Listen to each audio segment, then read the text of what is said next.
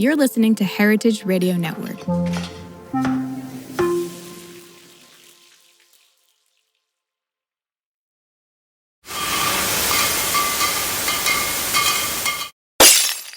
Well, welcome back to Last Call. This is Caroline Lamb again, and I'm joined by Scott and Erica. I've been thinking this week about how working in the drinks industry and that being basically my whole life, it's what I'm passionate about, it's what I work in. Sometimes it just gets a little bit redundant. And, so when something exciting breaks through the normal pattern, I want to talk about it. So today we are going to talk about the most memorable wine, spirit, or cocktail that each of us have had this year.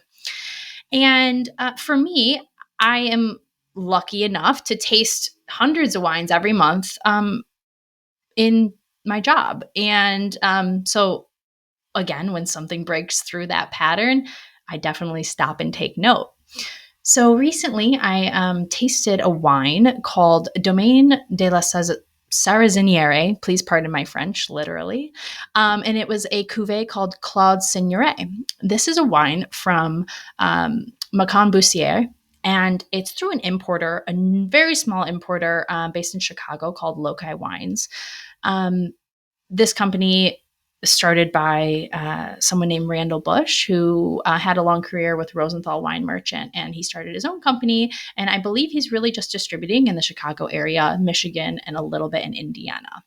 Anyway, I mentioned that because after tasting this wine, which was 100% Chardonnay, from the Mâconnais, you got so much beautiful brightness. You could tell it was the sunshine of the Mâconnais in the wine, but also it had this quality to it that I just couldn't get my hands around, which a lot of times you taste a wine, it's incredible, but you totally understand it. It's what you were expecting. This wine I was not expecting. It had a real energy to it, and it made me go and start tasting some other wines from this small portfolio. It's just French and Italian wine, and they all had this intangible quality to them that I was super drawn to. And, I wasn't around when Kermit Lynch got his start, but I imagine this is how people felt when they were like, oh, wow, I taste these wines by this man who handpicked them and they have this energy and I love them and I trust him now. That's how I'm starting to feel. So Loci, the whole idea of it, I think is Randall has published online that he imports what he calls neoclassical wines. So the new classics, if you will. A lot of the producers are quite young, but they're making really classic style wines. And, full disclosure, I do sell these wines in the state that I'm in. But they're having this interesting effect on the market because they're in a portfolio with a lot of other wines from the same areas that are made in the same classical ways. And a lot of times his wines are a touch even more expensive than the ones that we have, but they truly have this exciting quality to them that kind of it gives you the context of real wine and real people that I think he's really onto something in terms of things that I'm interested in, which are real wines and real people. And he's giving that to us. So anyway, I'm getting thirsty listening to this. No, it sounds electric. Yeah, Caroline, like I was listening to the writer comedian John Hodgman, and he said we suffer from the tyranny of our own expectations, something to that effect. Yeah. And it sounds like this wine really subverted your own. And I know with me, that was one of my favorite drinks of the year. It was this cocktail from Yacht Club in Denver, Colorado, called the Coffee Negroni. And this is a cocktail by owner and bartender McLean Hedges. And it is a riff on the Negroni. It is 1 part Plantaray coconut rum instead of gin, right? It's half a part Campari. It's 1 part Mr. Black Coffee liqueur. It's half a part 10-year-old Verdejo Madeira and a dash of saline solution. And let me tell you, it bowed me over.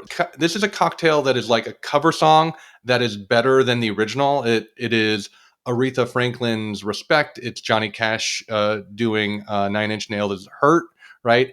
it is, I didn't think you could improve on the Negroni, and this is all of that and more. So it is bitter, it is sweet, it is complex, it is savory. It has Madeira, which of course I love, and me and my dining companions were fortunate to try probably half the cocktails on the menu, and this by far was the best on the menu and the best I've had all year. It's one that I am going to buy one or two ingredients so I can recreate this at home. I love that because, I think what you both highlighted is like, these are the things that make us so excited about working in wine and spirits. When you have these aha moments and you're just like, oh my gosh, that liquid bowled me over. I was just transported. I was taken to another place, all those things. And I had a similar experience. So I recently was going to a collector dinner at like one of these BYOB restaurants in Chinatown. And, people were bringing like O'Brien from like the 80s and Brunello's from the 70s and like all these beautiful Barolos and like, incredible wines. And like, I do not have a very deep cellar. So typically what I will do is represent the rare side of the wine selections. And I'll go, and I love doing this. This is one of my favorite things. I'll go to, wine shops around the New York area. This time I happened to go to Dandelion Wine in Greenpoint, and I found a truly incredible wine. This is Domaine Economou Antigone Red Blend 2004. And this is a wine from Crete, a red wine from Crete, from one of the most, artisanal and sought after producers in that area, Yanis Economou. And this wine, I was looking at it online because like, this is a $185 wine. And I was like, am I really going to spend that? So I went online and I'm looking for research on this wine. And I saw one review that called it an orgy wine. Like, this is the wine you should take to an orgy. And I was like, oh yeah, I'll have what she's having. Thank you, Meg Ryan. We're going to wrap this up right here.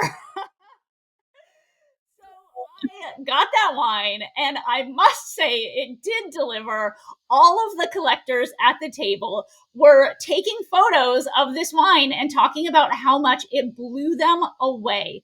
And it's from 90-year-old Laitico vines with also a little bit of Mondolari. Those are the grapes. So indigenous grapes from Crete and from Greece. And this wine, it drank truly like a Barolo. I mean, it was ethereal, like an aged Barolo. And just with that, like that clarity and precision, it was one of the best wines I've had in some time. And I have to say, this is the wine I would take to an orgy. So there you have it. I'm going to end this call before we go any further than that. So thank you again for joining us on the Business of Drinks. Please follow us on Apple, Spotify, or wherever you are listening. Tap the notification button so you're the first to know when a new episode drops. And please make sure you rate us in our star ratings and share us out on social. It really helps us to find new listeners. Finally, if there's something you'd like us to cover on the podcast, please send us a message either in our email at podcast@businessofdrinks.com or on Instagram or LinkedIn, where we are very active. So until next time, and let us know if you try any of our suggestions.